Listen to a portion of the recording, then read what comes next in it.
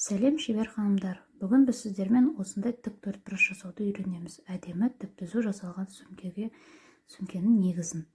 Қараңыздар, осындай ромбиктардан құралған, бір-біріне жалғасқан техниканы сіздерге көрсететін боламын.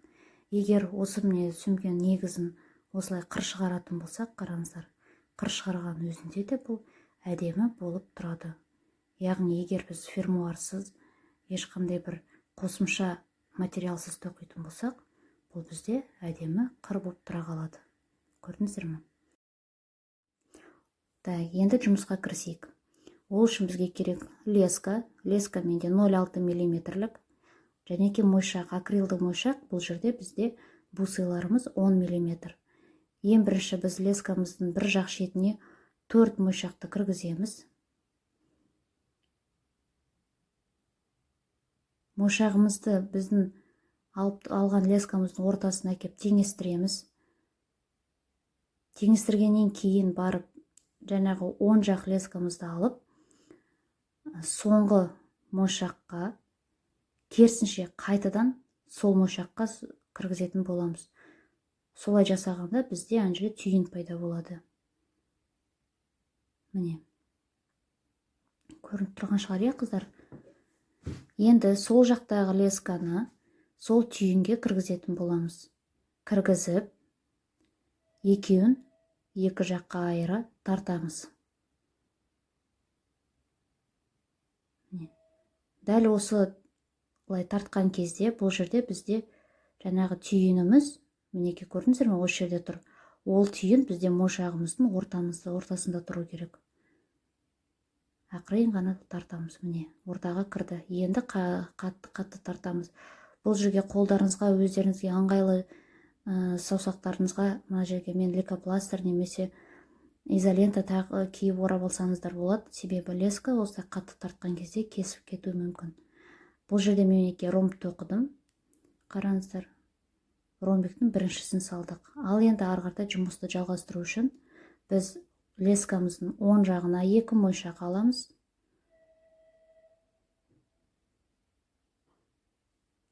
Сол жағына 1 мойшақты алатын боламыз.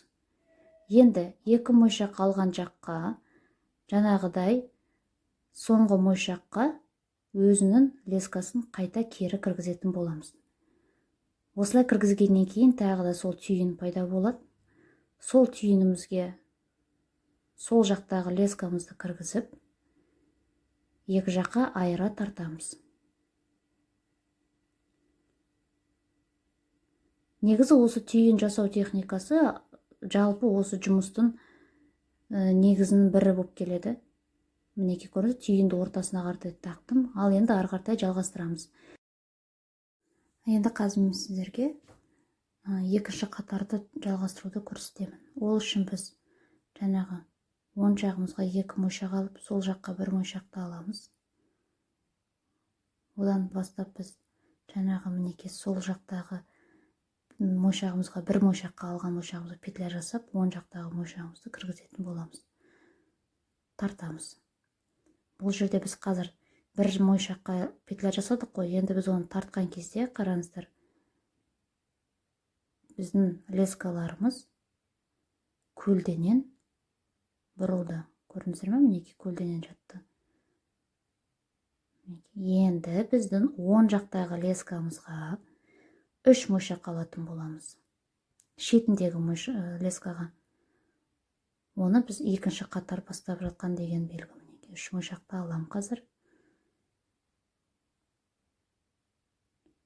Бұл жерде соңғы 3-ші кіргізген мойшаққа оң жақтағы лескамызды, жаңағы өзінің лескасын қайтадан кері кіргізіп, түйін жасап, сол жақтағы лесканы сол түйінге кіргізетін боламыз.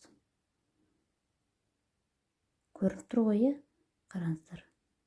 Енді тартамыз. Біз тартқан кезде біздің лескаларымыз тағы да басқа жаққа, сол жаққа қарай бұрылды. Осы жерде міне біздің қолымыздағы лейкопластырь көмектеседі. Кесіп өтпейді сонда. Ал енді астына қарап тұрған сол жақ лескамызды жанындағы мойшаққа кіргіземіз. Қараңыздар. Бұл біздің екінші қатардың бірінші ромбигі тоқылды мінекей. Енді ары қарата жалғастырамыз. Жаңағы оң жақтағы лескамызға, ол қазіргі жағдайда бізде үстіне қарап тұр. Екі мойшақты алып, соңғы мойшаққа міне кіргізіп жатырмын. Лесканы өзін қайтадан кіргіземіз. Түйін жасаймыз. Ал сол жақта тұрған лесканы біз сол түйінге кіргіземіз.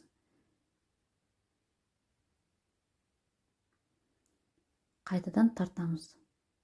Сонда бізде екінші қатардың екінші ромбигі дайын болды.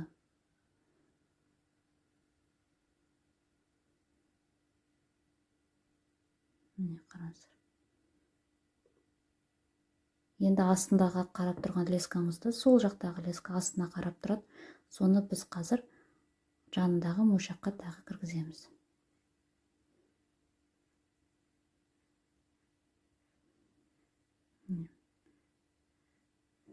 Тағы бір рет көрсетіп шығайын. Оң жақтағы лескаға біз тағы да екі мойшақ аламыз. Бір, екі. Түйін жасау үшін біз соңғы мойшағымызға сол оң жақтағы лесканы қайта кіргізіп, сол жақтағы лескамызды түйінге өткізіп тартатын боламыз.